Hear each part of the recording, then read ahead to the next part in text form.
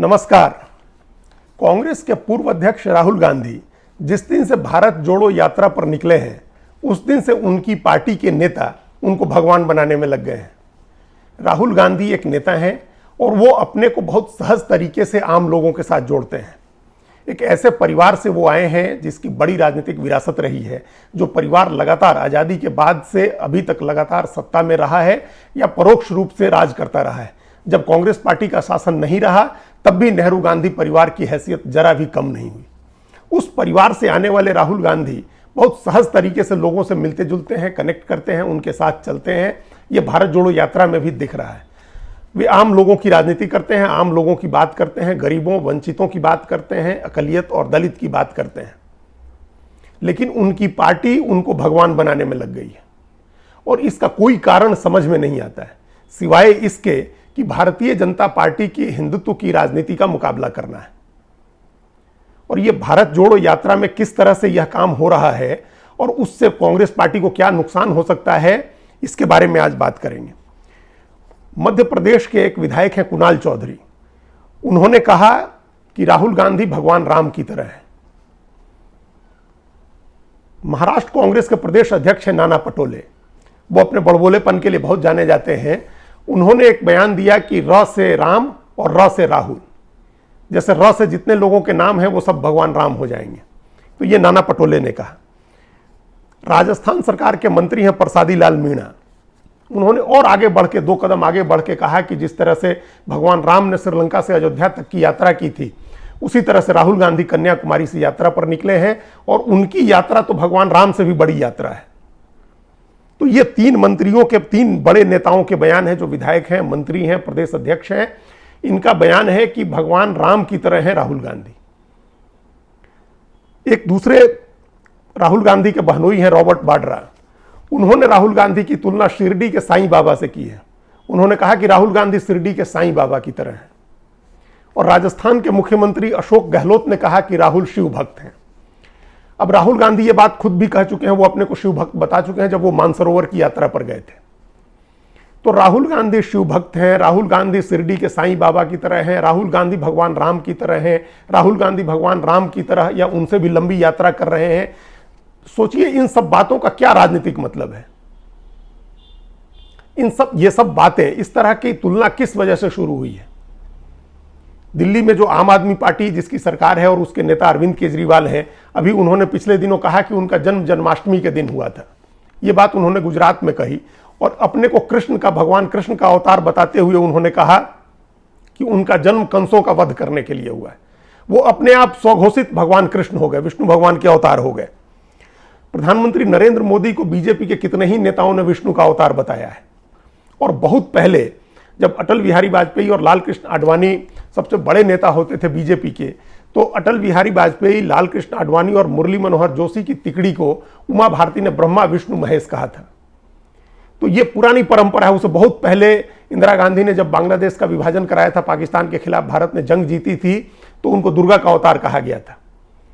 तो इंदिरा गांधी की चाहे दुर्गा वाली छवि हो या अटल बिहारी वाजपेयी, आडवाणी और जोशी को ब्रह्मा विष्णु महेश कहना हो या नरेंद्र मोदी को विष्णु का अवतार कहना हो, इसकी एक पृष्ठभूमि रही है, इसका एक बैकग्राउंड रहा है। ये चीजें ऐसी नहीं होती हैं कि किसी को, कोई भी पार्टी आए या कोई भी नेता आए और एक स्विच दबाने से उसकी एक छवि बन जाए और फिर स्विच दबाने से दूसरी छवि बन जाए। इंदिरा गांधी अपने फैसलों की वजह से, अपने कामकाज की वजह से, अपने तेवर की वजह से इस तरह की बनी थी कि उनको दुर्गा का अवतार कहा गया। या ब्रह्मा, ये अटल बिहारी वाजपेयी, आडवाणी और जोशी या नरेंद्र मोदी एक ऐसी पार्टी का नेतृत्व करते हैं जिस पार्टी के बारे में ये हमेशा माना जाता है कि वो हिंदू धर्म की राजनीति करती है, जिसकी हिंदू धर्म अपने खुलेआम इस बात को कहने में जिस पार्टी को कोई आपत्ति नहीं होती है कि वो धर्म की राजनीति कर रही है, हिंदू के हित की बात कर रही है।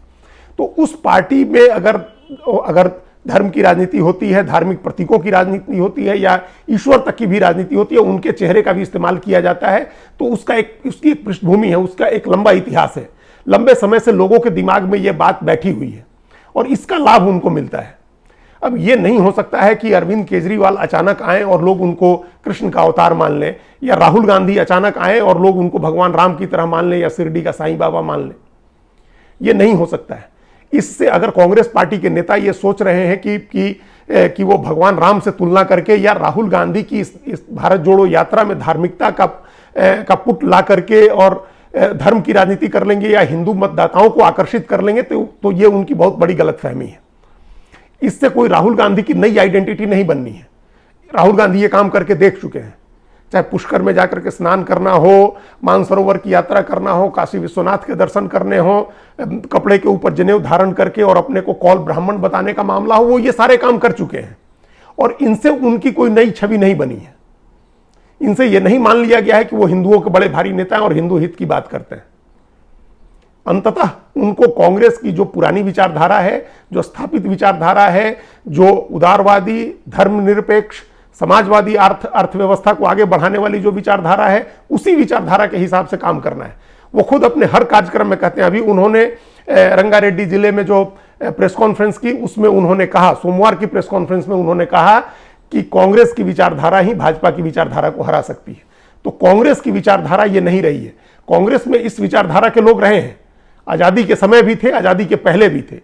पंडित मदन मोहन मालवीय से लेकर के गोविंद बल्लभ पंत तक एक पूरी धारा थी, राजर्षि पुरुषोत्तम दास टंडन तक, जो सॉफ्ट हिंदुत्व की राजनीति करते थे, लेकिन वो कांग्रेस के अंदर थे और वो कांग्रेस की विचारधारा, जो मुख्य विचारधारा थी, उसका प्रतिनिधित्व नहीं करते थे। कांग्रेस की मुख्य विचारधारा का प्रतिनिधित्व हमेशा महात्मा गांधी करते रहे, जवाहरलाल नेहरू ने किया, सरदार वल्लभ भाई पटेल ने किया, इंदिरा गांधी ने किया, राजीव गांधी ने किया। उसी विचारधारा का प्रतिनिधित्व राहुल गांधी कर रहे हैं। अगर कांग्रेस पार्टी के नेता उनको भगवान बनाने पर तुले हैं तो उनका नुकसान कर रहे हैं। कांग्रेस पार्टी की नेता, जो उनकी एक बनी बनाई छवि है, 2004 में सक्रिय राजनीति में आने और सांसद बनने के बाद से राहुल गांधी ने जो अपनी छवि बनाई है, उस छवि को डाइल्यूट कर रहे हैं। इससे उनको कोई फायदा नहीं होना है, उल्टे इसका उनको नुकसान होगा। जो उनकी अभी तक की छवि बनी है, वो छवि उनकी डाइल्यूट होगी और कांग्रेस भी विचारधारा के स्तर पर कमजोर पड़ेगी। कांग्रेस में इस विचारधारा के लोग हों, वो एक दूसरी बात है, और जो मुख्य नेता है, जो सर्वोच्च नेता है, वो इस विचारधारा को माने या उसी को इस विचारधारा का प्रतिनिधि बना दिया जाए, तो वो चीज उस व्यक्ति के लिए, उस नेता के लिए भी और कांग्रेस के लिए, दोनों के लिए नुकसानदेह है। कांग्रेस के नेताओं को यह बात समझनी चाहिए। उनकी अपनी यात्रा से वो एक बड़ी छवि गढ़ रहे हैं और पहले से ही उनकी तुलना महात्मा गांधी से होने लगी है या विनोबा भावे से होने लगी है या चंद्रशेखर के साथ होने लगी है, जिन लोगों ने भी भारत की यात्रा की है। तो वो ये इस यात्रा के जरिए अपनी एक छवि बना रहे हैं, एक गंभीर राजनेता की छवि बना रहे हैं। ये जो उनको अब तक जो रिलेक्टेंट पॉलिटिशियन कहा जा रहा था, उस छवि को बदल रहे हैं, जमीन से जुड़ने की कोशिश कर रहे हैं, भारत को समझने की कोशिश कर रहे हैं। ये सारी बातें अच्छी हैं। ये बहुत पहले किसी ने कहा था कि 1000 किताबें पढ़ने से अच्छा है कि आप 1000 किलोमीटर की यात्रा करें। उस 1000 किलोमीटर की यात्रा से जो अनुभव होगा, वो 1000 किताबें पढ़ने से ज्यादा बड़ा और ज्यादा वास्तविक अनुभव होगा। राहुल गांधी तो 3500 किलोमीटर पैदल चलने निकले, तो उनको उस अपने 3500 किलोमीटर की पैदल यात्रा में भारत के गांवों का, भारत के समाज का, भारत के लोगों का वास्तविक अनुभव लेने दिया जाए।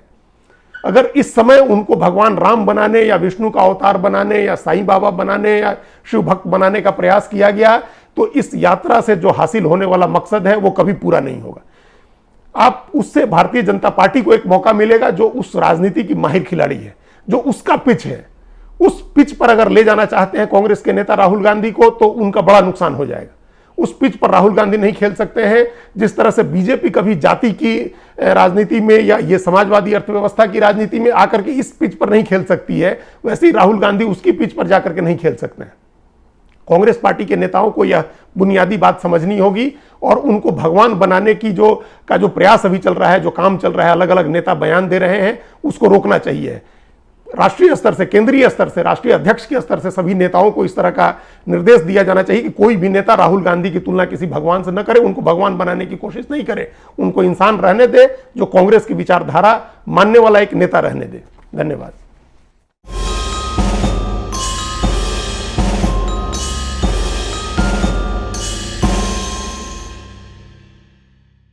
कृपया हमारे चैनल के साथ जुड़िए, लाइक कीजिए, सब्सक्राइब कीजिए, बेल आइकॉन जरूर दबाइए।